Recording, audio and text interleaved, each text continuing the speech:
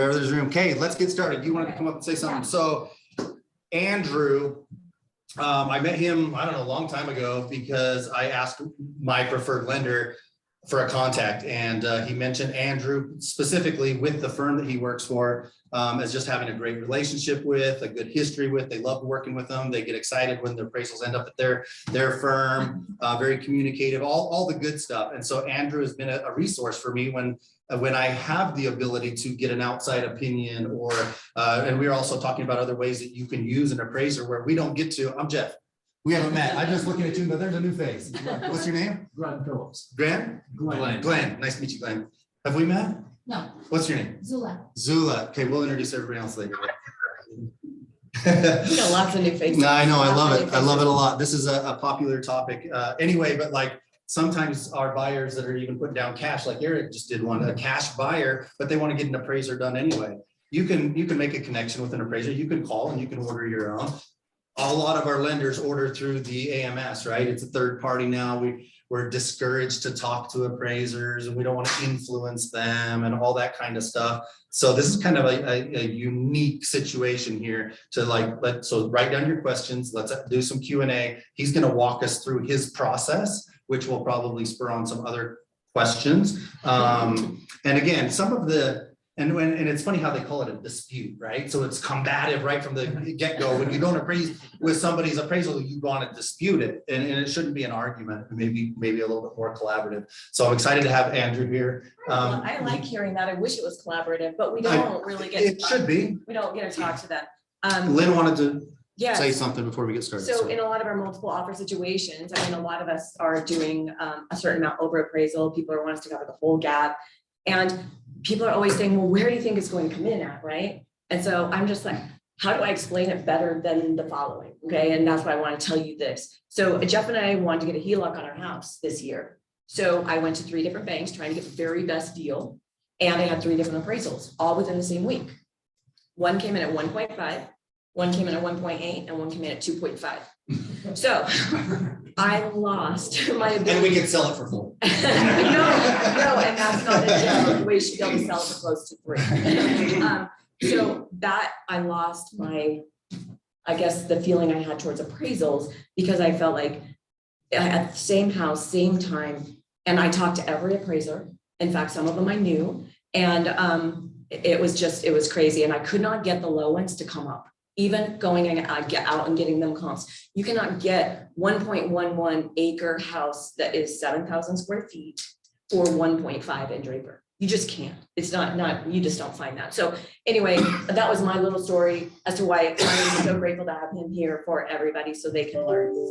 So did you end up getting your HELOC? I did end up getting my HELOC, and I ended up going with the one that had the highest appraisal. So yeah, I couldn't get the others to change. So yeah, and if you know about the project going on in our yard, you know why I needed that. If you're going to sit, you can just slide your chair around, and I'll adjust this. Andrew's going to slide over here and kind of get started. Yeah, when you're ready to share your screen. Yeah, if we need to, we will. Okay. But maybe I'll just do it all for you. So, hello, I'm Andrew. Let me minimize this for you. You can keep going. Don't So mind. just really quick, I work for Bodell Appraisers. I've been appraising for approximately, it'll be 20 years next month.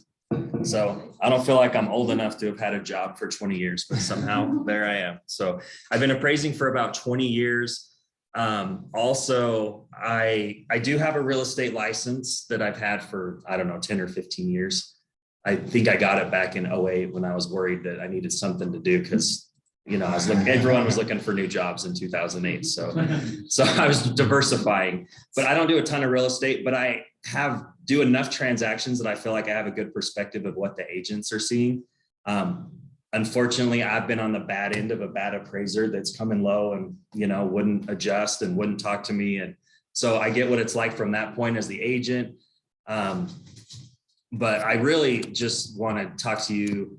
I figure we could start with like my process on like what I do when I get an appraisal order from a lender, and specifically mostly for a purchase, because I'm sure that's what most of you guys are concerned about. So except for HELOCs, we need to talk about those too, I guess. So does someone have a property? They want to look at. We could pull like that they just put under contract, they're nervous about, or we could start with hers. Michelle brought a property that she's concerned about, so like let's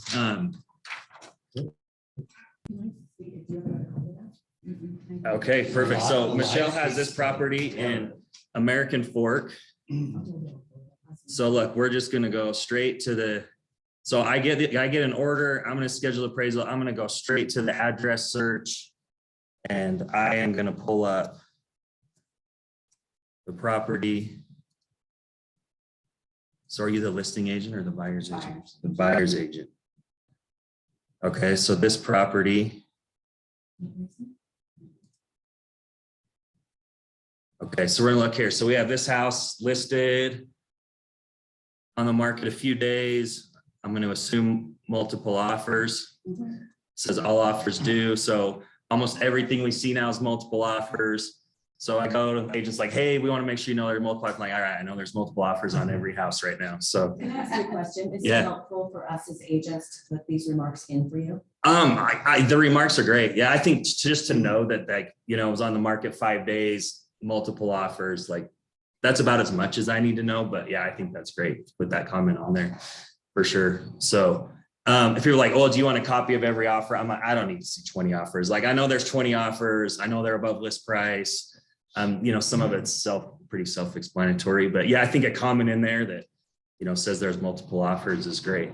So I'm going to pull it up. I'm going to look, listed at 585, under contract in a couple days, more than likely selling on over list price. What's the contract price? It was 626. 626 contract price. So we're 40,000 over list price, probably our other offers in similar price range. So pretty typical for what I think everyone's seen in the market right now. Next thing I'm going to do, I'm going to look at the history. So I'm going to look at the history. I'm going to see, okay, it was listed here. I'm going to say, okay, this is kind of weird. Like they had another listing that listed in February and then another listing in March. Like, what are the, you know, why did that happen? That's kind of odd. So let's pull up that list. Same thing. So it was listed at 595, 585, but you know, that's not real common. We see that, but looks like it went under contract, then expired, taken off the market. I would probably, it doesn't look like anything. It's still the same broker. So I don't know. They probably just wanted to refresh. Looks like a contract fell through. They wanted to refresh their listing, so they relisted it. It's kind of what it looks like to me. So they went off market in 21. Yeah. So then we look back. Yeah. So kind of the same listing was listed. Oh yeah. So if we scroll down even, yeah, there we go. It's down. So it's listed clear back in September of 21 at 595. And then yeah, off market. And then it looks like they expired it and put a new listing. Well, I just can see that. I mean, you know, 6 months later, putting in a new listing, that kind of seems reasonable. You know, I don't know, without talking to the agent, we don't know all the details behind that. And then we look, previous sale was 2008. So 14 years ago, probably not real relevant anymore. So fairly typical listing history from what we see right now, other than, like I said, that 6 month span is a little different, but doesn't look like anything way concerning. Still basically listed at the same price. You know, if it was like listed at 500 and then 6 months later, they listed it for 600, then that could be a red flag, or, you know, maybe cause some concern. Or Is there ever a circumstance where you would see something on the history like this, and because you have a question, would you reach out to the listing agent and say, hey, what's the Yeah, for sure. Yeah, if there was something that didn't look reasonable or didn't make sense, or, you know, or like I said, say, hey, we listed it, you know, every once in a while we'll see one, well, we listed it at 500, it wasn't really doing real well, so we pulled it off the market. We decided to put new carpet, new paint, remodel the kitchens and baths, then we relisted it at 600. You know, so like, you know, see something like that, or you know, just want an explanation of why. But definitely, I think, like, I would ask the listing. Would you ever do that on a comp that you're looking at? That, and I'll give you a specific example because it happened to me. There was an estate sale in the subdivision of a PUD, and the siblings were all fighting and everything, because I got the story from the listing agent, and they dumped the property. They kind of want to screw each other. And so they dumped it, and that became the appraiser's benchmark for mine, and it killed a deal because it was worth 40,000 more. And this is not even in the market we're in now. Would you ever look at that one and say, wow, that's so super low compared to everything else I'm seeing? Yeah, for There's gotta be sure. a story there. Yeah, for sure. I mean, I think obviously if you see an outlier that's really low, I mean, we would definitely look at that. And usually the agent remarks will say that, you know, property sold as is, trustee sale or estate sale or whatever. And then I actually love, because like I said, when I first started, a lot of times, you know, you'd see 5 or 6 pictures on a house. But now, like, I mean, honestly, like we can see everything about a house from the MLS or from, and so, you know, I'd look through if I say, oh, this one's really low, sold as is, estate sale, look through the pictures and think, okay, everything's 50 years old. Obviously, this one sold lower than what probably most stuff is. And we probably just throw that one out, or yeah, that definitely should probably happen. So This one's kind of different because it's not often that you see someone being able to change the MLS number and not have the history on within days like that. I know it expired, but it should still, like, I don't think you're seeing the whole history when you pull up the MLS. Like if she was a brand new agent, she wouldn't have been able to see that it actually had been on for this long because she wouldn't have known. Some agents don't know what to look for. Yeah. So that's an interesting component about this, that Homey was able to, the way they did some of the things. Well, it only takes 60 or 90 days, which is it for it to reset. But it's 90 days. So they were off market. No, I'm talking about there's 2 new MLS numbers on in 2022. well, that's that same one that started. So that started back in September Oh, 21. that's the same one. And then Okay. and then went under contract, then off market, then back on market, then under contract, then off market. So yeah, and then it expired at the same time. Yeah, and then it expired after that 6-month mark. It looks like it expired, and then they relisted it March of 28. So did they talk to you? Did you talk to them about the previous listing history at all, or what did they have to say about that? Just Both the buyers backed out. Yeah. Last minute. yeah. So they just both backed out last minute, and then unfortunately we see too much of that right now. Okay, so that's the first thing I do. And then, you know, obviously we go in and schedule the appraisal. Before I go to the property, actually, the other thing I'd probably do is let's pull up. So we're gonna look. Oh, and it has solar panels. That's even better. Yeah, that's You can click one of these and make it smaller. All right, so yeah, and then we're just, you know, it probably looks like kitchen's been remodeled, pretty good shape. So we're gonna click. So I click through really fast. But I just glance at the photos. Bathrooms look original countertops, you know, but the house looks like it's in good shape. Is that primarily what you're doing right now? Clicking through the photos, you're just seeing what the overall condition is. and Yeah. Painting that picture. I Yep, guess. for sure. Yeah, just kind of looking. In the chat as well. Oh, you know, I don't even know. Click on that right there. You can just pull it over here. Oh, you were asking about a property to use, so there's MLS numbers. Scrolls.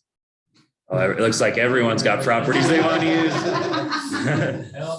I'll be doing these all day for $100 a piece. So We should look at yeah, I don't know if we'll have time to get through all of them, but definitely I can get everyone's concern right now. So yeah, just get a Wait a feel minute, for say it. what you just said again. If somebody wanted to hire you to give you another opinion of value, they could call you directly and say, hey, can you take a look at this? And tell Yeah, me for why sure. it seems so off. Yeah, for sure. So I owe Andrew It depends on how extensive you want and if you want something in writing or not. So once it goes in writing, it gets a lot more expensive. Mhm. All right, so And we'll put his contact information in the chat at some point. Andrew, what's the percentage of people that come to you that want you to adjust your appraisal, that you actually will adjust your appraisal? 25%. 25%? That'd be my You really- rough you guess. really will do it, though? Yeah.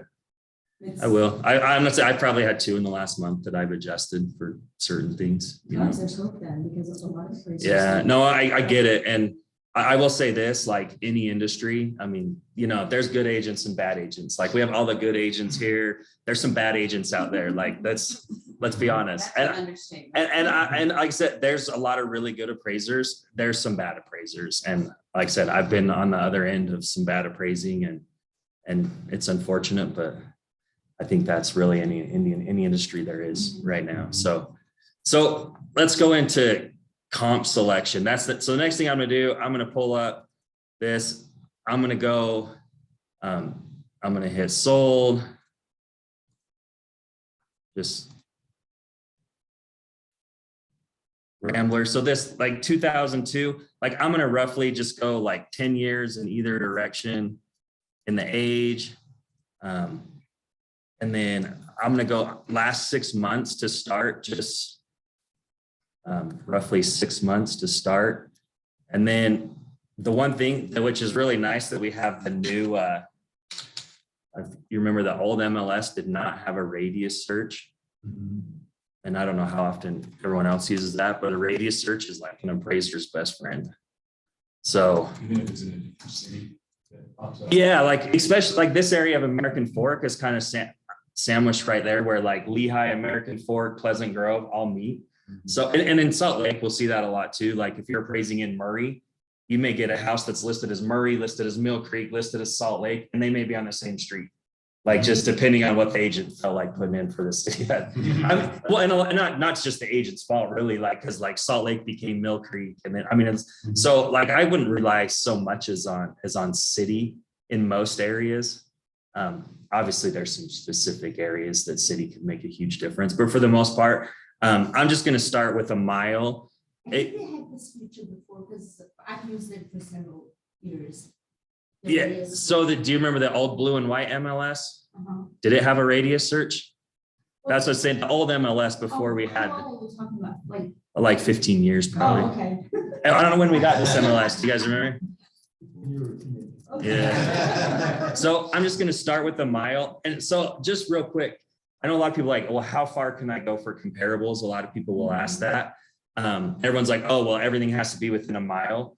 Like that's not written anywhere. That is in no appraiser guideline anywhere that there is any specific distance or specific, or how far back can I go? Can I go a year? Can I go 6 months?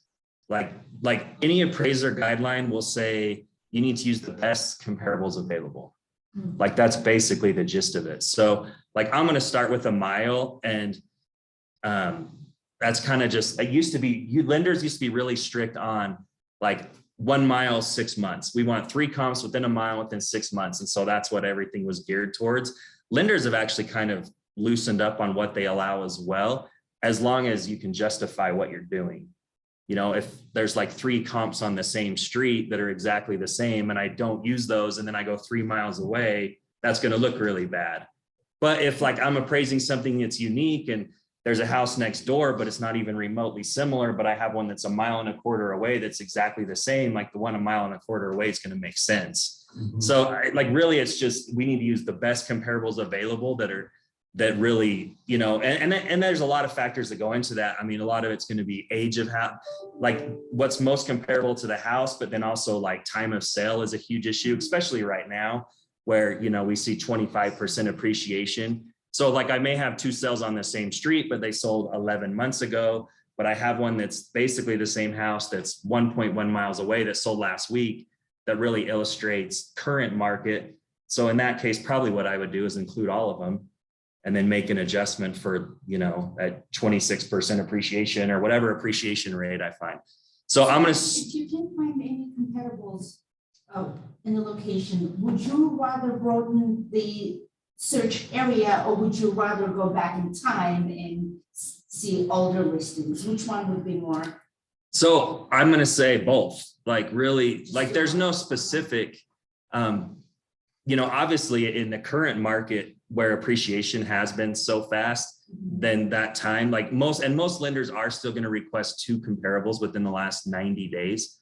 So like to get those 2 comparables within the last 90 days, I need to go over 1 mile. Most lenders will allow that if there's no comparables within 1 mile in the last 90 days. So like that's, you know, like you can go over 1 mile if you need to, but you can't go over 1 mile just because you want higher comparables. Like just like, well, the one next door sold for 400, but I want 500. So I'm just going to go far enough away until I get one that's 500. Like you can't really do that, but you know, but if really the most recent best comparable. So anyways, back to this. So mile, 6 months, Ramblers, you know, we've got a few that showed up. Obviously we have a few that are really expensive, probably much larger. But then we didn't have a ton. So the other thing, like if we're in Sugar House and we did a mile, we'd probably come up with like 300 sales. So like in Sugar, if I was appraising in Sugar House, I might limit that radius search to a half a mile. And to be honest, a lot of times in Sugar House, we'll go even like a quarter mile because like neighborhoods can be very specific there. But let's just look. So I'm gonna look, okay, that house was 2668 square feet. These 3 sales right here are all really similar square footage. Then we get the higher sales seem to be a little bit bigger, probably get to the point where they're kind of, and that one's Highland. So, but these 3 sales right here look to be like fairly reasonable. Let's just pull this one up. For example, this one looks really similar.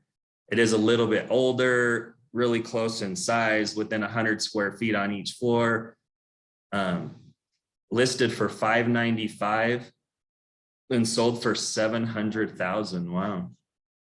That one went. So, and that one sold $328, which was also the day that one went under contract, or that one listed. So, and it is what, 2 blocks away. So like I have a great comparable right there. We looked through the pictures on that one. Looks fairly similar.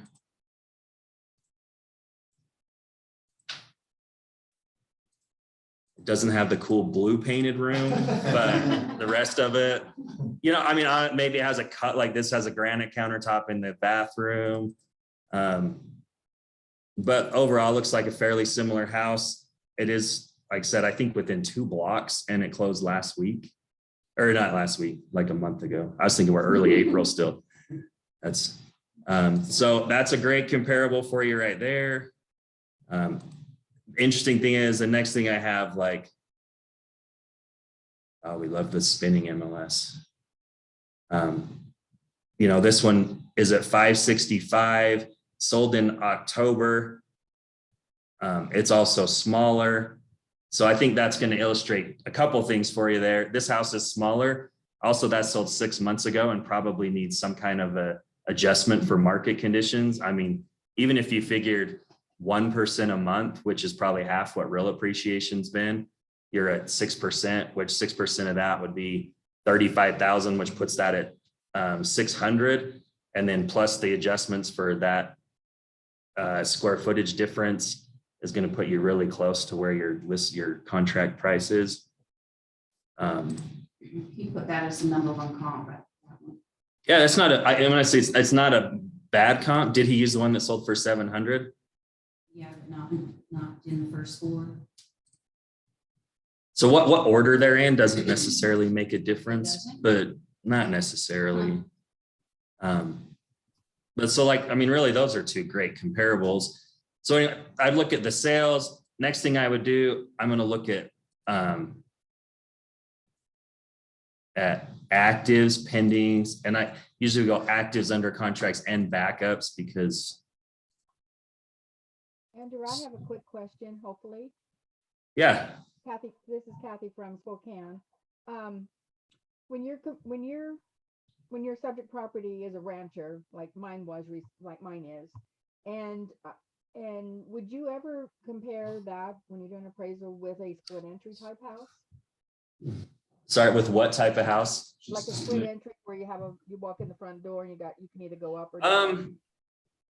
Because then you have all the egress windows and all that, like my house. Yeah, if those were the best comparables available, then definitely. I was just wondering because I just closed on my refinancing and he included I've always taught that you're supposed to use the same style house when you're comparing properties. And like a rancher, you compare ranchers with ranchers. Yeah. So let me ask this: as agents, if you have a buyer looking for a house in a neighborhood, and there was a Rambler and a split entry, would they look at both houses? Absolutely. Or would they? I get some people are really partial to Rambler, so they may. But I was gonna say, it really depends on the client. For me, I just had something very similar. My client was like, I'm done with stairs. It's only Ramblers. Yeah. We're looking at the house next door. They almost looked identical, other than you could tell that there was another floor. They wanted nothing to do with it. Yeah. Yeah, so I think in most cases, especially in the current market conditions where inventory is, I don't know how it is in, I think you said Spokane, but at least here where it really you have, I mean, you look, so that your house was the least expensive house listed. The next house, which is, you know, a couple hundred square feet bigger, is listed at 650. Also same neighborhood, but I think you almost, Actually, we've mine had to was mix styles a lot more on appraisals. Yeah, actually, mine was good square footage. I mean, but I don't have a daylight basement. I do have windows in the basement and it's unfinished. But Yeah. everything else is, you know, on the main floor. Everything is on the main floor. But then Yeah. he threw in a split entry there, and I thought, well, why'd you put, there's plenty of ranchers around this neighborhood that I live in. So I don't know why he even used that one, because I think it brought down my appraisal price a little bit. So, and it was a VA appraisal too, so. Yeah. You know, definitely, like ideally we want everything to be the same style, but in some cases that's just not possible. There's just not enough data. But if like all the comparables I use are Ramblers, and then I use a split entry that's clearly, you know, 5% lower, then I would maybe make an adjustment for that style. If it's obvious that that one's lower than the Ramblers because the Ramblers have a better market appeal or whatever.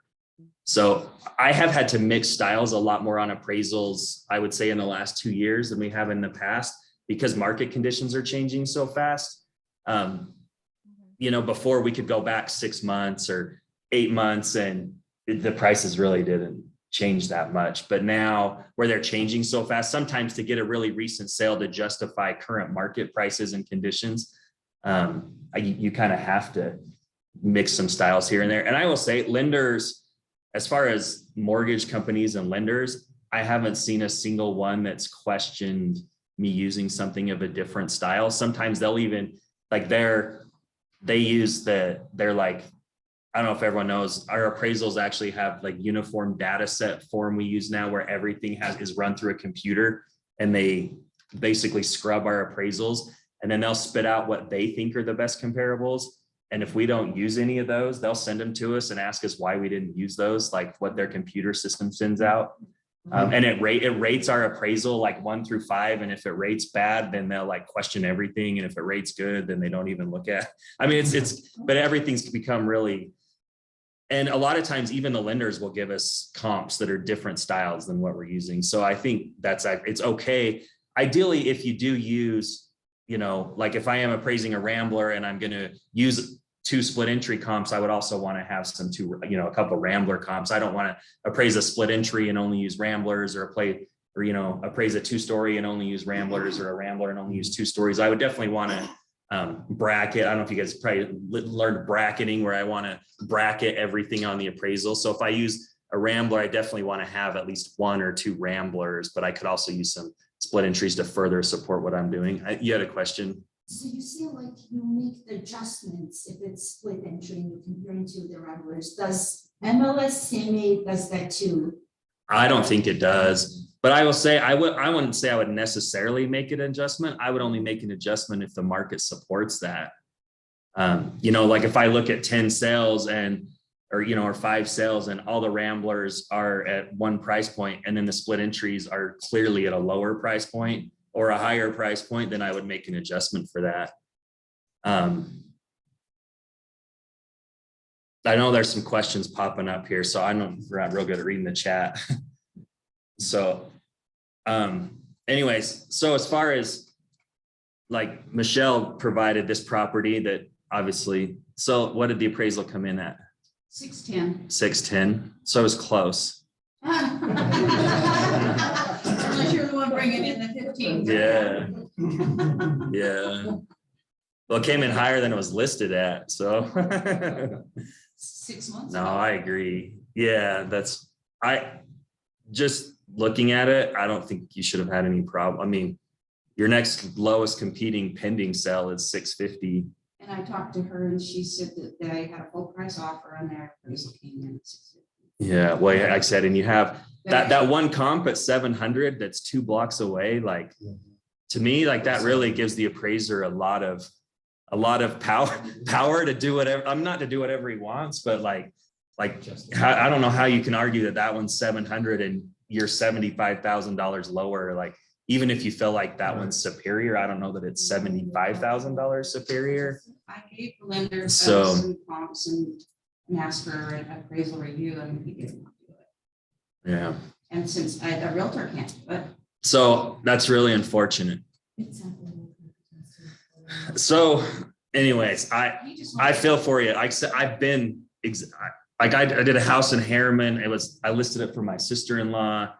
They were under contract at $415. They were selling it. There was a house 2 blocks, so in the same neighborhood, like a block away, that sold for $417. And the appraiser came in at $400. And I was like, hey, and even in his appraisal, it said the best comparable sale is like number 1 that was a block away at $417. The other appraisals were like comps were all like 380, 390, 400, and he came in at 400. And I'm like, you said in your appraisal, that's the best comp. Why did you come in $15,000 lower? And they wouldn't budge. And I was, anyways, so I've been there. Yeah, I've been there. Like, I think because I was an appraiser, they almost took offense to like me. I don't know. Anyways, so. I've had legitimate fights though. I have, Yeah. and they won't change it. And I'll sell something in the exact same neighborhood and have the same situation with all of the buyers that I have. And the appraisal comes in perfectly, and I'm freaking out because the last one came in 50,000 low. Yeah. And they wouldn't adjust. So it really is. I would say sometimes it's a hard balance. Like, I feel better now. When we first started seeing stuff go way over list price, and I think there was definitely some agents that were trying to use the appraisers to like bail them out of their contracts, kind of like they were putting stuff under contract really high and then telling their client like, oh, it's fine because the appraisal won't come in at that, and then we'll have to come down. And so like, we're trying to juggle this balance. Like, well, does the buyer really want me to, like, they say they're willing to pay that, but are they really willing to pay that? Like, do they want me to come into in that high? And like I said, I think 2 years ago, like that's really how it felt at first. Now I think it's a little more reasonable. And I actually kind of like the appraisal gap thing, because I think it really shows what people are really willing to pay, Yeah. like where they're not as reliant on like what it appraises for. And partially because like, if you look on the bottom of an appraisal, it actually specifically states that it's an opinion of market value. So an appraisal is an opinion. I think that's one thing that some appraisers forget. And also a lot of people don't really pay attention to, is like, it's an opinion and everyone has different opinions. It should be an opinion based on the data and based on facts, but it is an opinion still. There's still, like, we walk through this process, there's some subjectivity that goes into that. So there are definitely, a range, but to me, like your 626 on this home, the range seems to be well within that range, right? Like, I think so. And in regards to her question, here's a 2-story that is right around the block, sold the end of February for 622, and he didn't use them. yeah. And honestly, like, maybe I'd throw that in. I don't, so like I said, we really only came up with 2 good comparables. We probably would have had to expand some parameters just to get another comparable or 2 to put in there. So possibly a 2-story. What the one thing with using a 2-story compared to this house might be difficult, because depending on how big the 2-story is, like what's the square footage on it? 597. Well, how big is it above grade, like the Yeah, top 2 it's, floors? So it's about 6 all the way down. 1, 2, 3, 8, 58, 58, 58. Yeah, so it's still close enough. So it's about 1,700, where this one's 1,364, the above grade square footage. So it's still probably within reason to use. So you would have some adjustment there, but then, the basement's smaller, so that would probably not be a horrible comparable. Will lenders ever adjust for that? They get appraisal coming back, and I'm sure they always want to go along with whatever the appraisal is. That's the measuring stick, right? But if you come back to and say, well, I've got this comparable and this comparable that were a block away, and it's, they are obviously more money, will that will the lender ever adjust for that, or do they strictly buy the appraisal? They have to go, I'm pretty sure they have to go by the appraisal. But there are some options. They Yeah, might there's- share those so- with the appraiser to see if they can get it adjusted, but they won't make a judgment call and say, hey, the appraiser said this, but we're gonna go with. So I have another property we could walk through, or do you want to, do you want to go a different direction? Let me ask you a question while we're in this subject real quick That though. question's a good one too, the one that you- Okay, do we have up? So she's got a list price, she's got a contract price, the Yeah. lender's requiring the appraisal to justify the loan they're making, right? So speaking of the subject's opinion of value and stuff like Yeah. that, are you looking at that purchase price and say, is this justified? Can I see within those parameters comps like that 700 that justify this purchase price that maybe makes you lean towards validating that contract price versus coming in what, $15,000 low? Which could kill the deal if they don't have that appraisal gap. I think for sure for me, like, I mean, if I'm doing it, like, and I have a contract and I know there's multiple offers and I know, then I mean, definitely I'm gonna do what I can to I get the wish contract appraisers price. Could see how hard these buyers are fighting and how they are willing to pay Yeah. more. And so if you've got 7 people or 15 people saying, I'm willing to pay this, then I'm gonna think it's see the desperation and trying to Yeah. find a house right now. So like I said, for sure, I think for me, I'm gonna go out of my way to, like, within reason. But like I said, to me, it seems very reasonable to justify your contract price. That doesn't, you know, and the other thing I would look at too, like your buyers, if they don't buy this house, like I'm looking at, here's the other actives and pendings in that neighborhood. What's their other option? The next active listing is 730,000. You know, Yeah, but like, did you see the mortgage rates went up 2.5%? Yeah. March 1 to March 31st. yeah, on $1 million loan, that's only another $1,200 a month. On a $500,000 loan just went up $500 to $600 a month. Yeah. Yeah, in 2 And, months. I you mean, know, it's- so to give up, 15 for Yeah, a for 30-year sure. loan, pay that, that'll make the difference in Yeah. 2 years. yeah, no, for So, sure. yeah, no, that's not even an option. Yeah, So question on townhomes. So let's just say you listed a townhome for like 400,000. right? yeah, And then the next house gets sold at 430. And then does it automatically give the appraiser like a guarantee that that home is worth 430? Or do appraisers use 430, 415, 405 and then do the average? Or do they use the highest one, the identical units, and they use the highest one that was sold recently? I mean, definitely there. So I will say the one thing with appraising, like it's hard to base everything on one comparable. Typically we need 2. Lenders are always going to want 2 comparables that support value. Like that's like, if I give them an appraisal and I have a comp at 600 and one at 575 and one at 550, and I say the house is worth 595, without question, they're going to come back and say, we need another. You have one that supports value, but 2 that don't. We need another one that supports value. Like they're going to come back every single time and ask for that. So it doesn't give you guaranteed. Not guaranteed. That being said, depending on like when they sold and stuff, like if the one that sold for 430 sold last week and the one that sold for 415 sold 3 months ago, like to me, like that's showing appreciation, and maybe I just need to make an appreciation adjustment, to balance that. Do you just take square footage into mind, or do you do bedrooms and baths as well? We definitely take bedrooms and baths into account. That being said, like very, very seldom do we ever make an adjustment for bedrooms. Like if a house has 5 bedrooms or 6 bedrooms, like it just doesn't make any difference. Sometimes if we're doing, say, like a condo and it's like 1-bedroom condos versus 2-bedroom condos, like that could be a huge market difference. Yeah. Well, and definitely bathrooms, we're going to adjust every time. Like, So my understanding was like people would always prefer number of bedrooms instead of having a loft and 3-bedroom versus the 4-bedroom no loft, right? Because everybody. so I think it just depends. Like, I think traditionally people have always thought that like more bedrooms equals more value. I think that's definitely not the case. Because like it just, like I said, it can matter if the lower the number of bedrooms, then possibly, like I said, if it's the difference between 1 bedroom and 2 bedroom or 2 to 3 bedroom, then I think you could see maybe some different market reactions for bedroom count. But if like you're talking a Rambler with 3 bedrooms on the main floor and 3 in the basement, you know, like a typical Utah Rambler that has 6 bedrooms, but then someone put 2 bedrooms in the basement instead of 3, but has a way bigger family room, like I don't think you're going to see a price difference in value, 5 versus 6 bedrooms. Like that's just going to be a preference thing. So, Hey, speaking of above ground and below ground, can you answer that question there? yeah, so I know we've got a couple of questions about specific adjustments for things. And looks like another one about like the CMA tool in the MLS. So like as an appraiser, like I never use the CMA tool in the MLS. That's just, but I have seen, agents send me CMAs all the time. And so I know what you're looking at.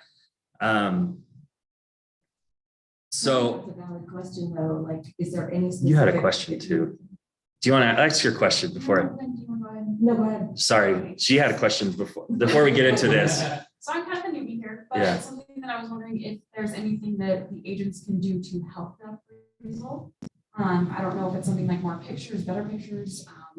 Do you guys base it off of pictures or do you actually go physically and look? No, we physically go to the house. So Okay. yeah, it'll be based on our inspection. So. But again, you kind of covered it, as you get this appraisal notification, right? Yeah. You look at those pictures, you're building that. Yeah. Picture in your mind already. Yeah, for sure. So would it be, I guess to your question, would it be more beneficial to have those quality pictures and a ton of them to build that, or does it just simply? So, I mean, it may be helpful, but to be honest, like I've seen so many houses and been doing this for like 20 years. So like if I see bad pictures, I was like, that person took pictures on their phone and but to me, it doesn't sway me one way or the other. But let's assume that the bad pictures are on your comps though. You did a great listing and professional photos like this. and Yeah. You're going to that house, you're not going to the comp. Yeah.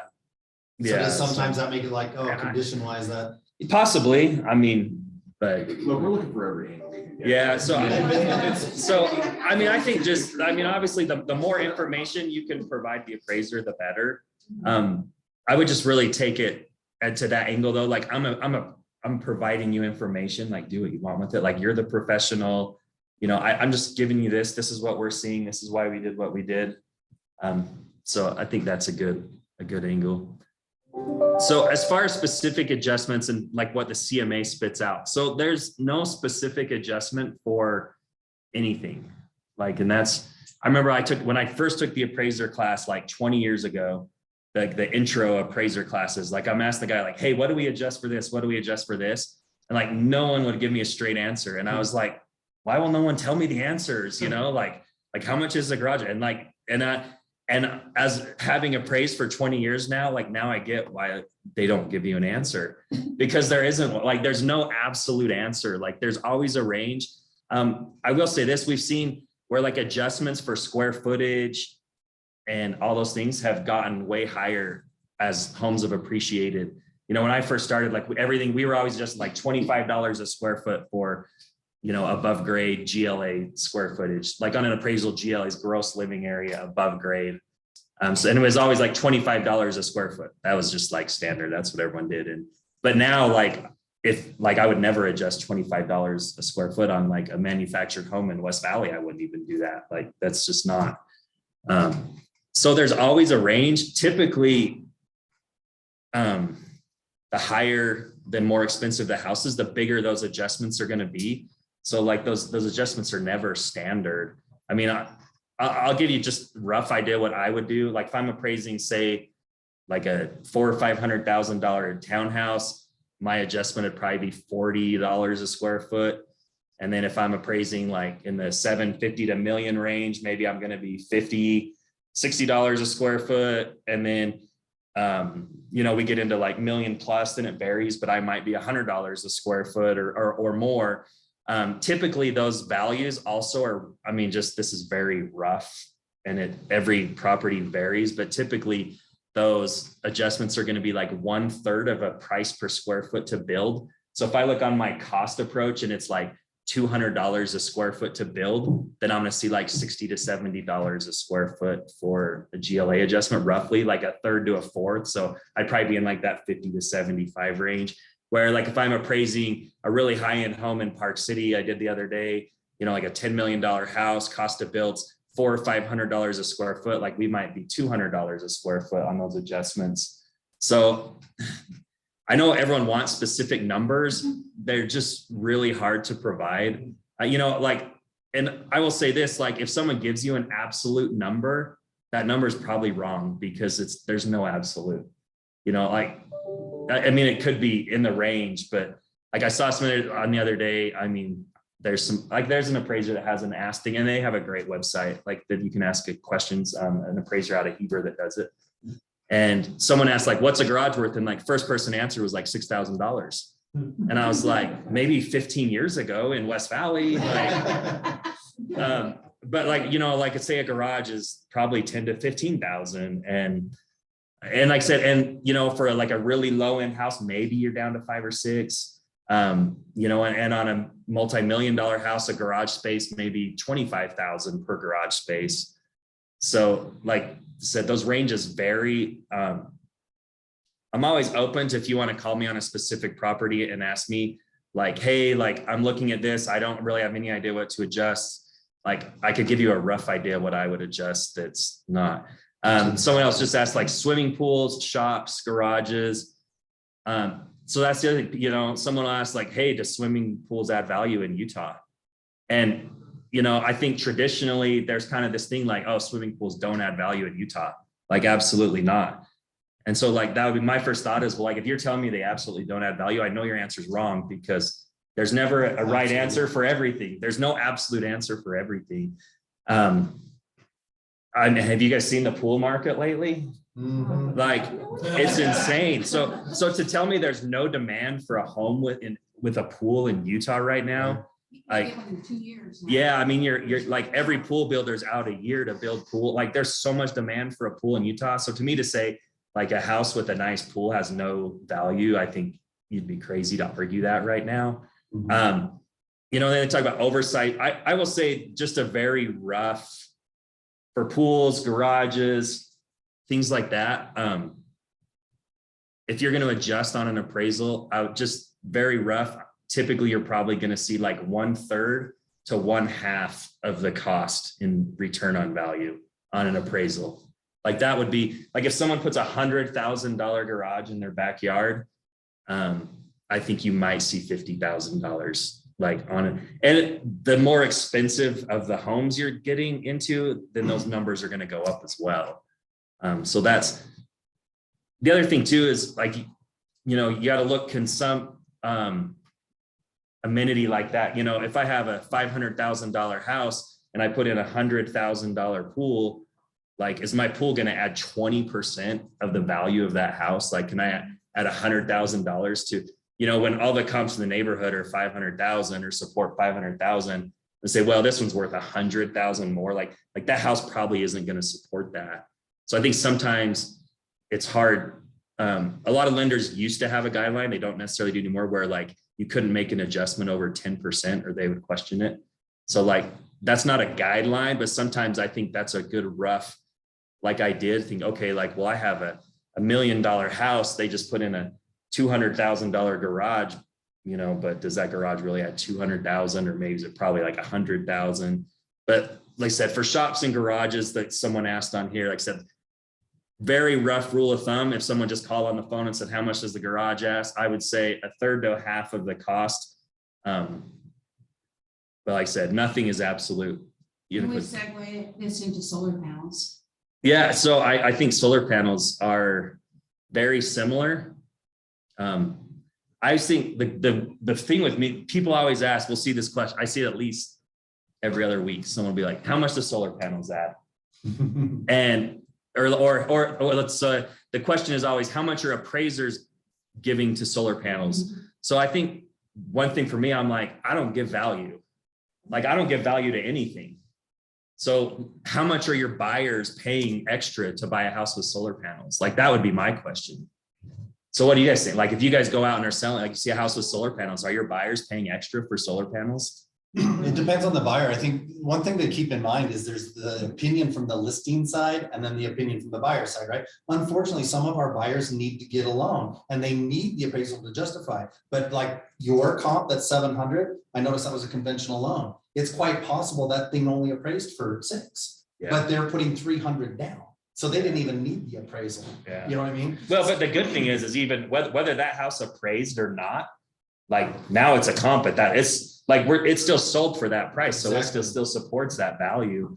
But so I said, just curious, like, would your buyers pay extra for solar panels? I had one. Some will, some won't. Yeah, so I think, That was specifically looking for a house with solar. so I think, kind of iffy, like, and I think Because it may be a little, like said, okay, I'm never gonna have an appraisal or an electric bill, so I'd pay a little bit extra. You know, there's so many factors, like, okay, the roof's 15 years old and I'm gonna buy this house with solar panels. I know I'm gonna have to replace that roof in 5 to 10 years. Like, then what am I gonna do? Yeah, so I mean, so like there's some, What about if there is, like a loan on the solar panels and like, the seller's like, we will think about paying them off, like the seller, like, we'll think about paying it off with a good offer. yeah. Like. I think So that- yeah, which complicates thing even more, right? Like there's a lot that goes into it. So I will say this, a couple years ago, we started to see a lot of more homes with solar panels and home selling. And a lot of times I felt like I was able to justify some kind of an adjustment for the solar panels. And really the only way to justify it is by finding other sales with solar panels that clearly sold for more than everything else. I bet I've done 5 appraisals in the last month that had solar panels, and just for like rough numbers sake, like say they all were about $500,000 houses or $600,000 houses, like I'm going to put in 6 sales and 2 of them have solar panels. And the only way like really I'm going to justify an adjustment for the solar panels, if clearly the 2 for solar panels were like my higher sales and justify that.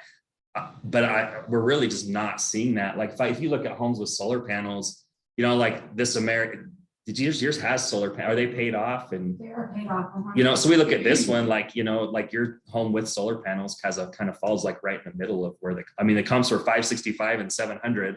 You're right in the middle, and your home with solar panels is right in the middle.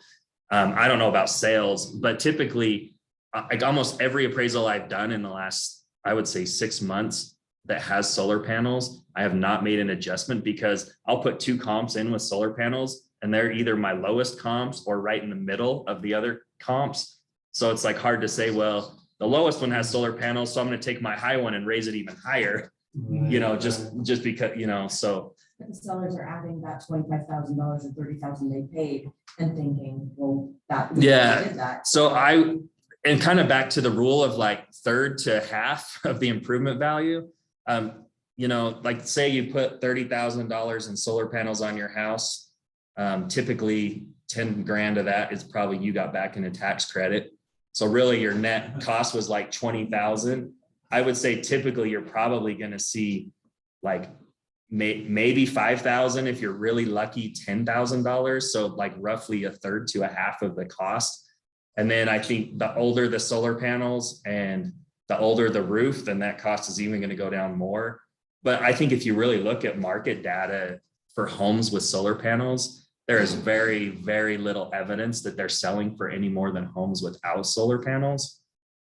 And that's really good to know. like for us to justify like an adjustment for the solar panels, we would have to have market data to back. And like I said, I think when we ask here, like, are your buyers willing to pay more for solar panels? I think if 75% of the buyers out there said, yeah, I'd pay 5 grand or 10 grand more for a house with solar panels, then I think you'd see appraisers start adjusting that. But I don't think we're seeing that. What's the percentage of people that don't want solar panels? So exactly. I think there's just as many that think it, and honestly, my guess is there's a third of the people that think solar panels add value, and a third of people that are like, yeah, either way, like depending on the situation. And there might be a third of the people that just say, I don't want solar panels because I think it's a liability. I think it's going to have issues with the roof. They're going to have to be replaced. They're going to have to be like, so, I mean, and at that point where it's kind of a wash. So essentially I had an listing a couple of months ago, and then the neighbor's driveway was like completely jacked up, like, and then ours had brand new driveway. yeah. And then the appraisal told me like they don't really do any adjustments on it because he said like driveway is a driveway. Yeah. So, and I know like on the comments, someone had asked about like a roof and and like heating and air conditioning, or all those things that, you know, may or may not have been updated. So I think, and I think driveway is going to fall under that too, is the only, like, there's no specific spot on an appraisal to adjust for a driveway. There's really no specific spot to adjust for a roof. Like this one has a new roof, this one has new windows. So I think really I'm going to look at the big picture of the house. I'm going to look at the overall. So, and everything has a condition rating now, like a condition and a quality rating with like the uniform data set they talked about, where like everything is rated either C1 for brand new home, condition 2 is like almost brand new, condition 3 is older but remodeled. So everything's going to have a condition rating, and like the better condition your house, the house is in, like the more things that have been updated and the higher that condition rating is going to be. But, you know, let's just say, for example, I look at the house you're talking about, and the comparables in the neighborhood are between 500 and 600,000, and everything's, and I go in and the kitchen's remodeled, and, you know, that has a brand new driveway and new windows and a new roof and really nice landscaping, then I'm definitely going to lean towards the $600,000 comps, not the $500,000 comps, where like if I walk up to the house and I think, oh, this driveway is a disaster, and then I get inside and the carpet's ripped and it's all original, then I mean, I think subconsciously or consciously, I'm going to lean towards the $500,000 comps for sure. Yeah, so I think that would fall under like a condition rating on the house, to where like I'm just going to look at the, you know, overall condition. And I think you could argue that because of the driveway and then depending on the rest of the house. But then if I look and I think, okay, well, this one has a really nice driveway, but the kitchen's not remodeled, and the one next door has a really crappy driveway, but the kitchen's remodeled, like I'm probably not going to do anything. So that's where I think the pictures on the MLS are really beneficial. And I just, honestly, like, I think now more than ever, I spend more time looking at interior photos of my comps than I ever have before. Is there a cost adjustment in your opinion between like a C3 and a C2? Like I would say very rough, like the condition rating, you're gonna be like 5%, like very rough adjustment, like C1 to C2, 5%, C2 to C3, 5%. That's That could be a helpful. big adjustment. Yeah, so like on a $50,000 house, I mean, I could, you know, $25,000, but like to me, like and if anything, like a remodeled house to a not remodeled house, like I think you'd easily see that $25,000 adjustment. So I would say 5, and sometimes even as high as 10 for sure. I think probably our most common adjustment that we're always using is like a house, you know, like subdivision is 5 or 10 years old, all the houses very similar. Yeah. Half of them have a finished basement, half of them don't. Yeah. You know, it's like when you're looking at that value, you know, if they Yeah. got a $50,000 to finish the basement, is that worth kind of a third? When they So I will say basement, I would say you're probably higher than that. Yeah, I mean, I would like on appraisals right now, the lowest I would adjust for finished square footage in a basement is $20 a square foot.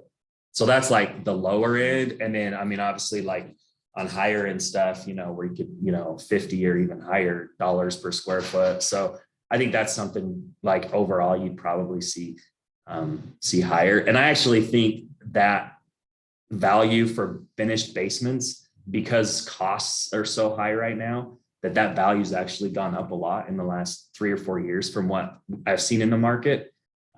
Where we used to see where it just didn't seem like you'd see one with a finished basement and one with an unfinished basement, and the values didn't seem that different. Now I think those values are starting to be pretty clear. And I think part of that is because like finishing a basement is so expensive right now, you know, where the cost has gone up so high that, but like I said, I think the lowest I'd adjust on anything's $20 a square foot, and easily, you know, 25 or 30. And then, you know, you can say it kind of, there's no end as, you know, the houses get more expensive. So how much but- consideration are you giving to a seller that has done a massive amount of improvements, and they leave that list of improvements and upgrades in the kitchen for you to see, so you know, the wiring's been updated and all those Yeah. things. Oh, I think that's great. I'm honestly like, to me, like that's great to have, because, and I, you know, definitely I'm going to put that in my file, because if someone ever comes back and questions me like, hey, like, you know, this house sold for 500 and you just appraised it for 750 1 year later, you know, like why? And I'm like, oh, well, here I have this in my file. They did, you know, and obviously I would make comments like this in the appraisal as well. Like, you know, in the last year. The kitchen's been redone, the bathrooms have been redone, the roof's been replaced. So I think that's very, very beneficial. I always do that with my houses, but on this one, the appraiser went to the listing agent and she refused to allow me to put that in there. She said it was a conflict. Yeah, I don't know what the conflict would be. I don't know either. Like, I really don't. I don't. Well, you would want, if you're the listing agent, you would want to give the appraiser that list. That's what I was trying to argue with her about, and she said, it's just, we can't risk that, it's too big of a. He said, these are improvements, I just want your seller to write them up, have the seller do it, put it on the table. Yeah, I don't see. And that. I can give them the If comps, that's the and she said, conflict. also, Interesting. she never did. Yeah, I don't see that as a conflict anywhere. I know Melee's on here, and she had that same situation that I talked to you about a couple of weeks ago, just on smaller property. Is there any thoughts on? Does she have a question on there? Or is that the? We talked about that on property, there? just. Sorry, on what? Where we have separate structure garage. Oh, yeah. and, you know, basically a whole living area of the other garage. It's not a part of the main structure. Melee has one that's kind of similar, but it's almost like a duplex. Yeah. on one So I think property. like the accessory dwelling unit thing is really interesting right now. When I first started, well, not even when I first, but even like 10 or 15 years ago, if like I appraised a house and it had a separate living area in the backyard, lenders would throw a fit over it. Like it was a nightmare. Like getting financing on something like that was a nightmare. And lenders are like, well, we want a letter from the city saying it can be rebuilt. And like they wanted all this crazy stuff. And it was very difficult. I mean, honestly, those appraisals were a nightmare. And now, like, I can put on, oh, it has an accessory dwelling unit in the backyard and make a $50,000 adjustment. And the lenders don't even think twice about it. They're like, oh, that's awesome. They can rent it out and make their mortgage payment. Like I think the lenders almost look at that as an asset. But I think as that's become way more common, lenders have become much friendlier to that as well, which has been really good. But you typically an accessory dwelling unit, we'll see this all the time. You know, everyone will put that in as like level 3 square footage is the accessory dwelling unit. And then they use that square footage to calculate and it's like, well, the house was 6,000 square feet. Well, 1,500 of it wasn't the house, was actually the one you did. Yeah. And so I think it just needs to be treated completely separately. And actually guidelines from Fannie Mae are an accessory dwelling unit cannot be included in the GLA in the gross living area. So it has to be like separated. And then you make a line item adjustment for that. And I think going back to that, like roughly 50% of cost is, I mean, a very rough. I will say though, the ADUs we've seen, I mean, people love that. I want to put one in my backyard right now. I mean, that's because, you know, I can rent it out for $1,500 a month. So more people are renting their basements, like now. Yeah. If they have an outside entrance and do that as a separate apartment, is that an additional value? So typically I don't see a lot of appraisals where they adjust specifically for I think you're going to get value for the finished basement, but I think you're going to have a hard time seeing any difference in value between just a finished basement versus a finished basement that has a kitchen or a mother-in-law apartment. Typically what lenders will require and what I would try to do is at least a couple of my comparables are going to have the same thing, you know, or all my comparables. I mean, you know, in areas where you typically see that, typically a lot of the comparables have the same thing.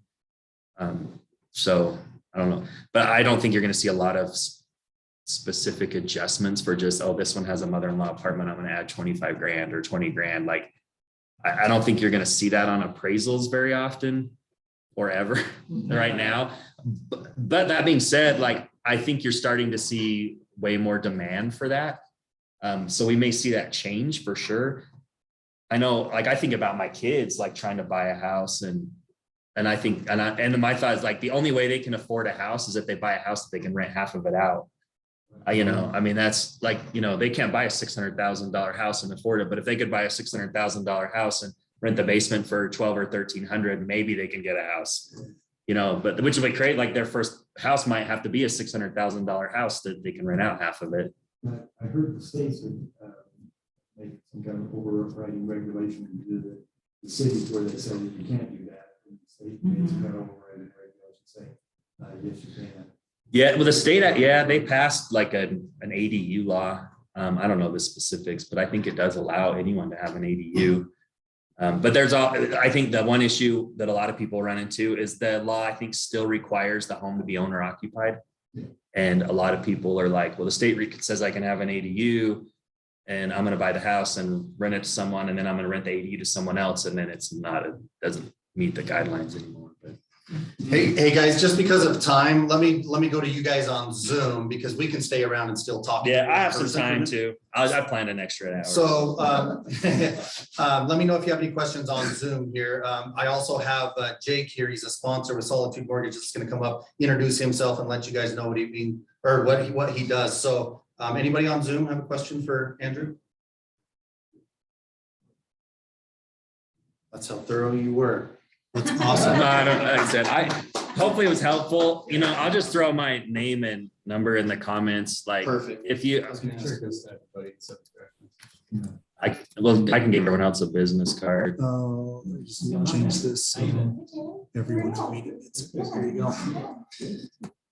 Okay, Jake Brights with Solitude Mortgage. We've had him in the office before. He's done deals for our agents. We invited him back because he just loves to bring us lunch. Yeah.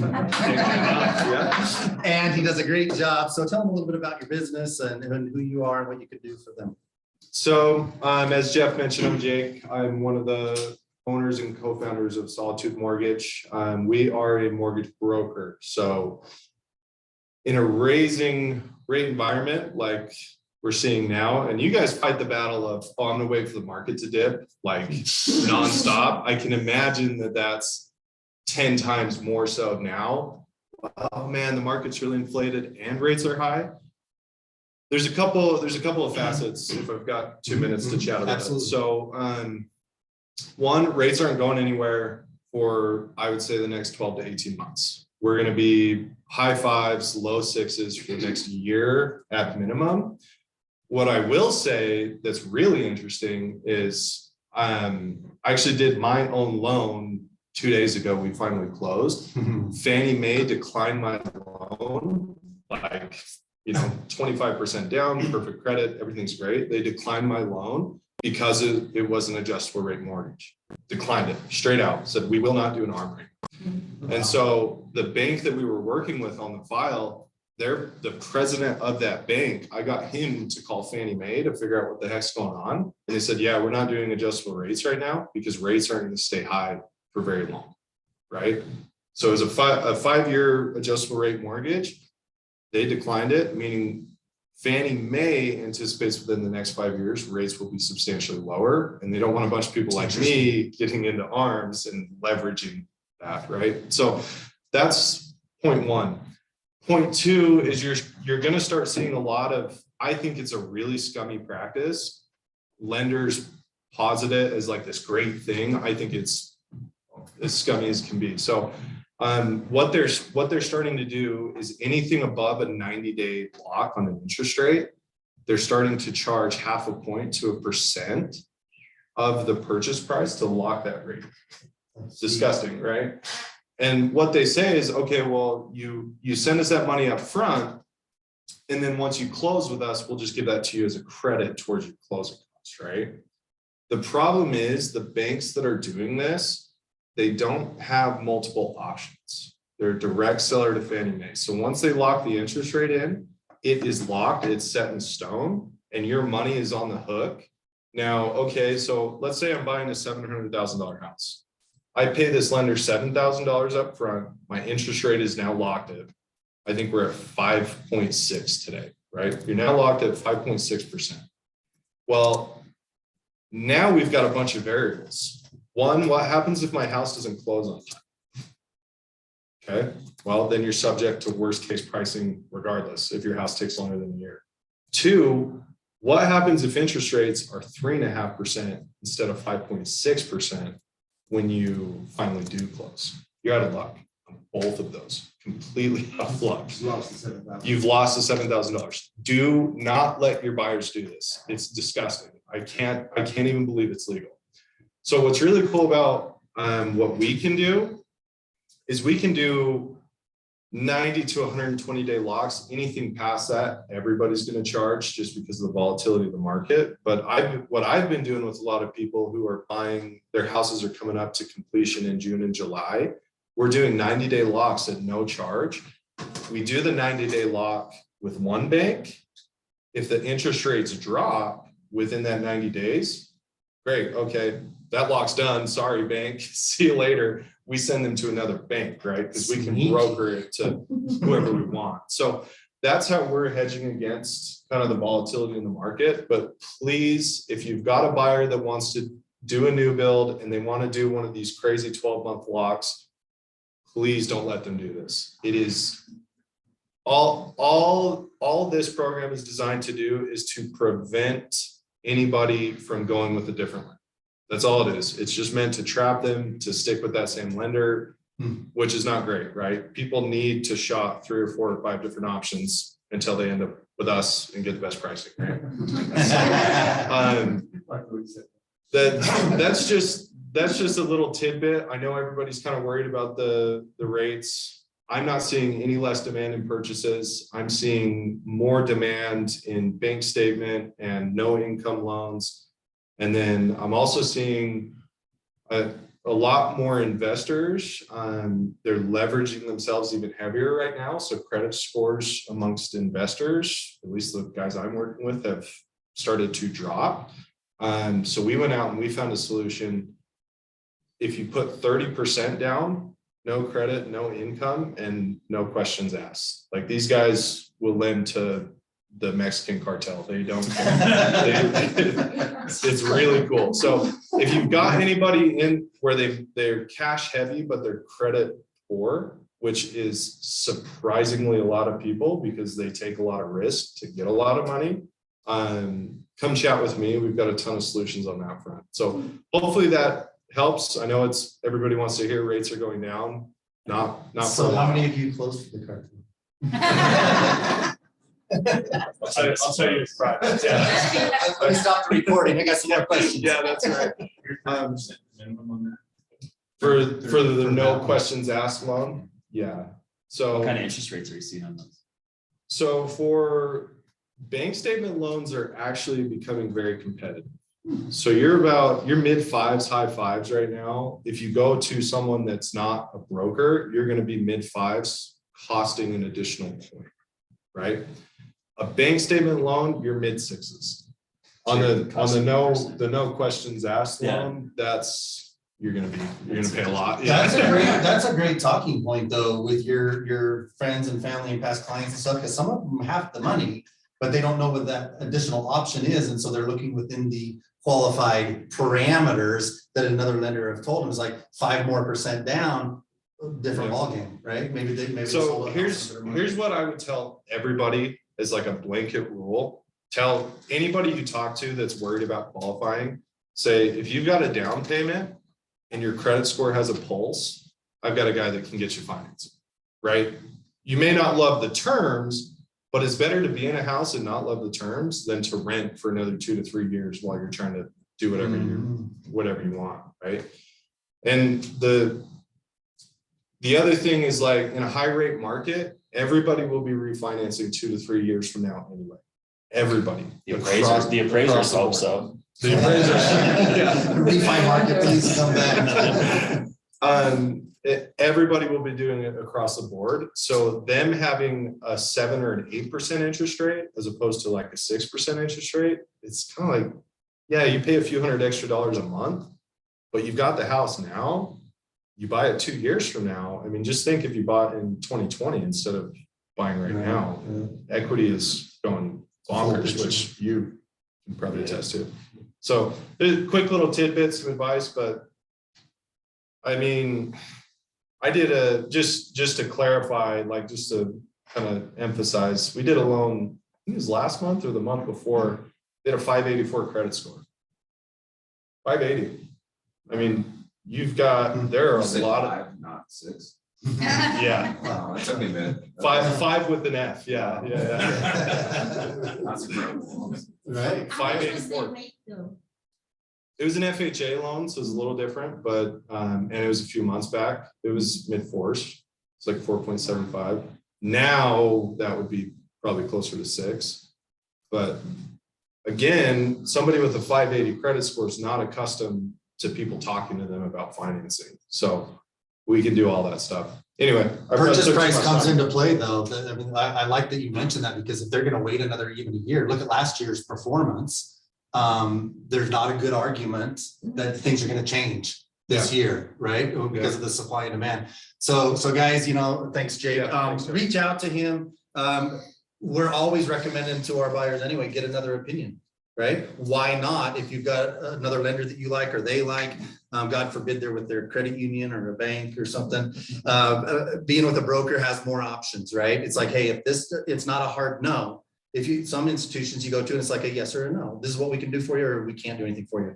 Jake's got a lot of different options. So send your next buyer through, his number's in the chat, get another opinion, compare. You don't know what you don't know. I bet you none of us knew about the 30% down, you know, option. As far as I can tell. Just call it that. I think you called it a no question asked loan. Yep, don't ask, don't tell. Yeah, so all those people that make their income questionably. Do we have to source those funds? No, nothing. No sourcing on the 30% down either. Dude, Dude, that's incredible. Dude, it's drug money. Seriously, they do not care. You were serious about the cartel. Hey, love you guys. Thanks for sticking with us this long. You guys are amazing. Screenshot or copy and paste those contact informations for Andrew and for Jake that's in the chat.